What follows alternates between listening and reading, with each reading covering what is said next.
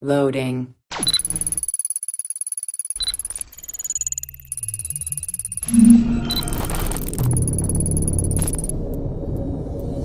Welcome to Access the Animus. Hello everyone and welcome to a new video here at Access the Animus. Today we're going to share our last batch of news surrounding the Dawn of Ragnarok DLC for Assassin's Creed Valhalla before its release in a few days on March the 10th.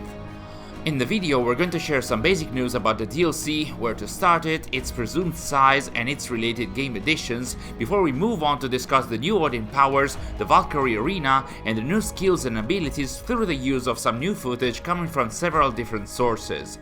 Finally, we're going to discuss the recent news about the absence of the modern day in the DLC and the hints at the Isu story that will be left throughout the expansion. If you enjoyed the video, please consider liking it, subscribing to our channel and turning the notifications on so you won't miss any of our future updates. And with that out of the way, let's dive into the latest news about the Dawn of Ragnarok DLC of Assassin's Creed Valhalla.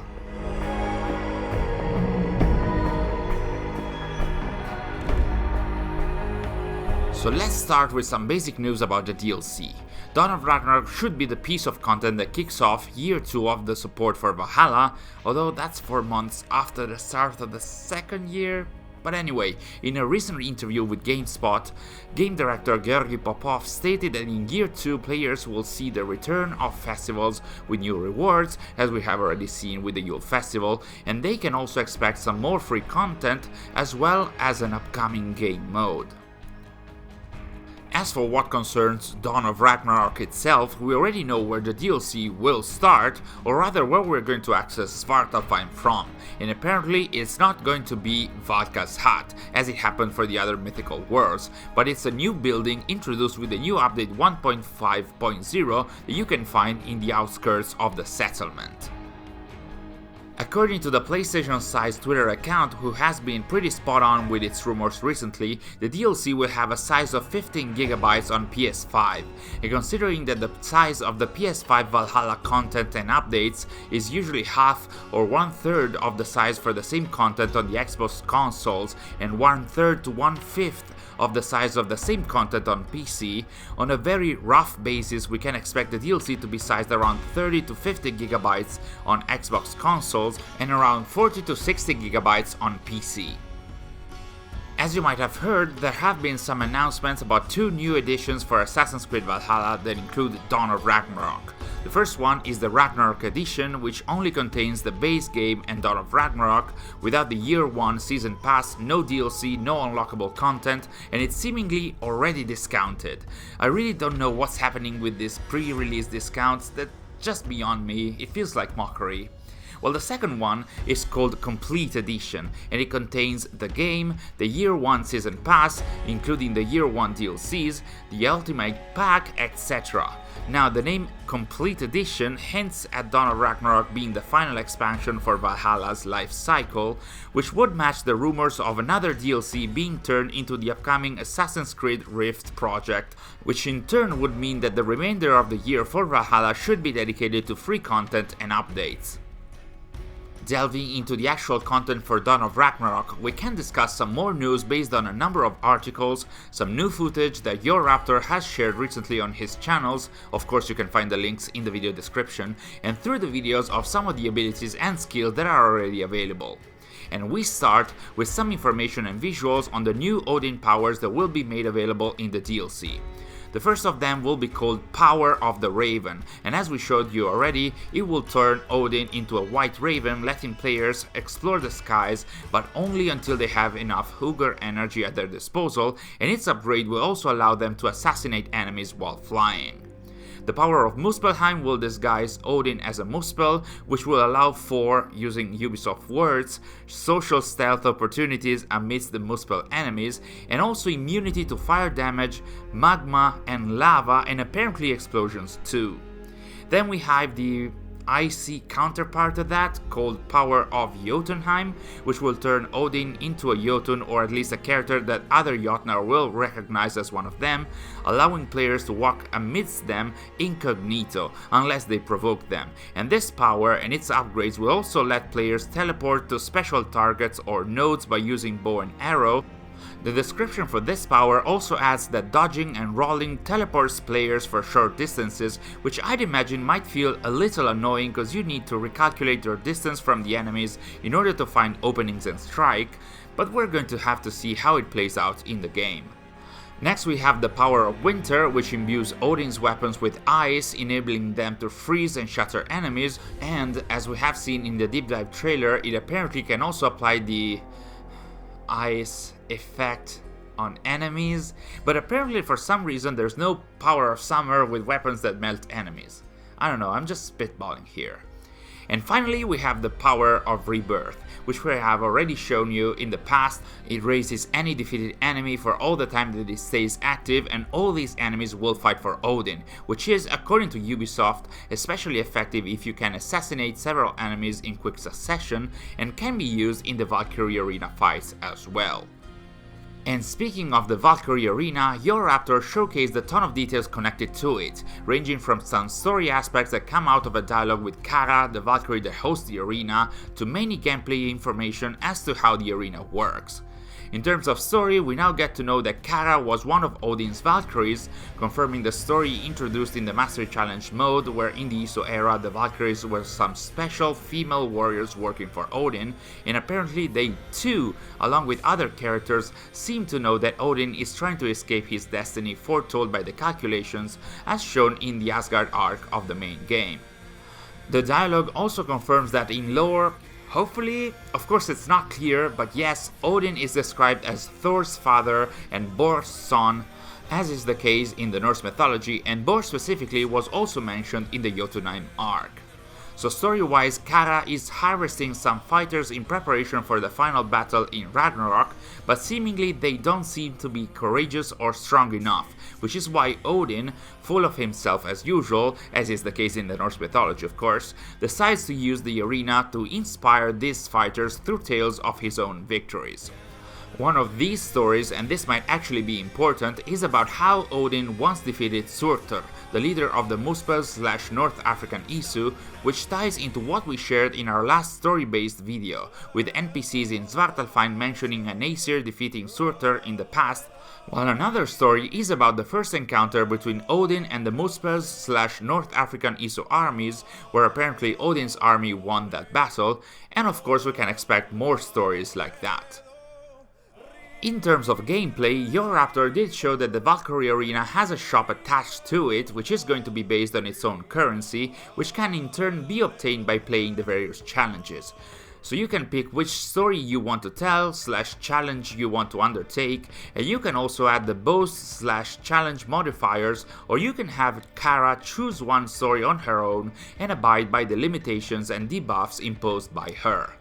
Choosing a tale or challenge will let the player know how many chapters or phases of that challenge they will have to face, the difficulty level, the boasts or challenge modifiers that they can apply, and the reward tokens that they will obtain to be used in Kara's shop for the actual rewards, which may comprise gear, runes, and more. And honestly, it has a different coating, it has different visuals, but this looks to be the exact same system that was used in all the festivals, in the Mastery Challenge mode, and so on. I don't know about you, but it's becoming pretty rusty and boring, if you ask me.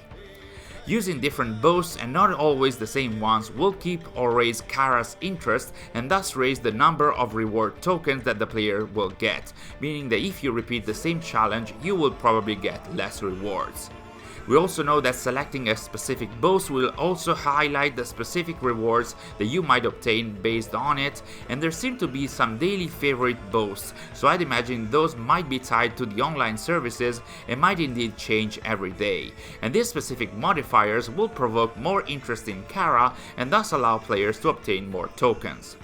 Judging by Your Raptor's footage, each chapter of each story may have more than one enemy wave, and it seems that each chapter is going to be introduced by Odin telling a new part of the tale, of course including his own boasts. Eventually, at the end of the challenge and thus at the end of the tale, the game will show you how many tokens you gained, and apparently the number of the applied boasts seems to also be a multiplier for the tokens count.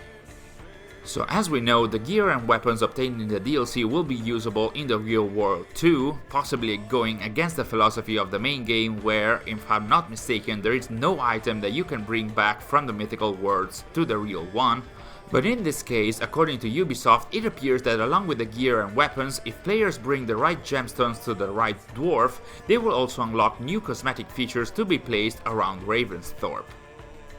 The DLC will also feature 6 new skills and 4 new abilities, and interestingly enough, they are already shown through some videos in-game and from the game's files, and most of these videos are already seemingly set in Svartalfheim. The 6 new skills have been added with update 1.5.0 and can already be found in the game right now. You just need to access the skill page and you can test them pretty much immediately by resetting your skill points and accessing them through the new added nodes. So on the bear or combat side we have single-hand defense, which allows to protect Eivor if she's fighting with her offhand free, not receiving damage from the first enemy attack, and then we have heal on kill, which provides another last defense option by allowing to restore some health by killing enemies if you are low on health and have no rations.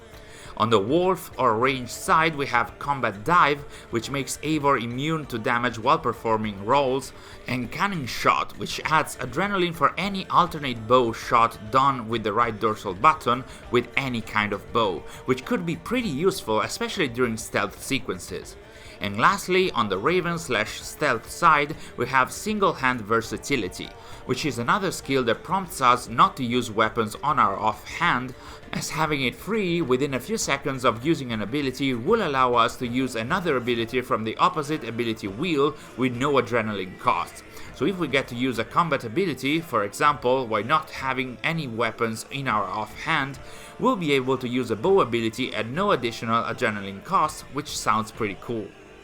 As for what concerns the abilities, we do not know their names, but the videos for them have already been added to the game's files, and as you might already know, the same abilities found in Svartalfheim will be usable in the normal worlds as well, in a more grounded version. So the first ability is this one. It has our main character jump backwards, leaving a thunder to hit nearby enemies, which might knock them back in the upgraded version of the ability, and will have some kind of fire explosives hit the enemy in the real world.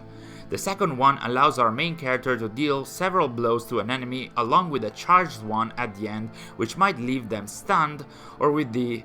electrical status, and in the real world is just a series of blows plus stun effect, which looks to be pretty useful. Then we have this bow ability that knocks the enemy back, and when upgraded, it also electrifies the surrounding enemies, with a similar effect also happening when using it in the real world. And finally we have the multiple electrical arrows ability, which is similar to the use of the warrior bows in Origins and Odyssey, with the addition of the electrical and knockback effects in Svartalfheim and just knockback effect in the normal worlds. Moving on, there's some major news for the hardcore fans about the modern day that we already reported on our social media, coming from GameSpot, where in an interview, game director Georgi Popov quote-unquote clarified that there will be no present-day segments in the Dawn of Ragnarok DLC, which is a topic that got a lot of fans to discuss, not as much as the next one, but pretty much. The Assassin's Creed DLCs have rarely featured a proper modern-day part, save from a few exceptions, so it doesn't come too much as a surprise, but considering the type of DLC and the ending of the main game with Basim stating that he'd be looking for his family, I wouldn't have blamed anyone for hoping that, but alas. The biggest news, which again was unsurprising but still got a lot of hardcore fans to complain, is another statement by the DLC's game director who said, "We have planted small hints in the forms of metaphors, likenesses and references for the hardcore fans of the Assassin's Creed lore at large. We firmly believe that mystery is best when left to the imagination, so it will be up to the players to interpret and analyze those clues and make the connections to the Isu Age." Like I said, that got a lot of people to discuss in some very heated debates, because these last two pieces of news combined do seem to show that Ubisoft is not super interested in catering to their own hardcore fanbase with this expansion, if the only Assassin's Creed elements featured in the DLC are planned to be only small hints, metaphors and references. Of course, don't get me wrong, there's also a lot of fans who like to try and interpret these kind of hints. For example, the response on our analysis of Valhalla's story and mythological arcs was incredible, and I also enjoyed working on them a lot. But how long can this way of representing the Isu last? Would you be interested in always having breadcrumbs for the Isu meta story even in the future Assassin's Creed games and settings without having proper story but also proper visual developments for the first civilization? And on that final question, we're wrapping this video too. What do you guys think of all these news, especially the last ones? What are your feelings about the DLC now that we're getting even closer? Let us know in the comments below. Thanks for watching and we'll see you in our next video.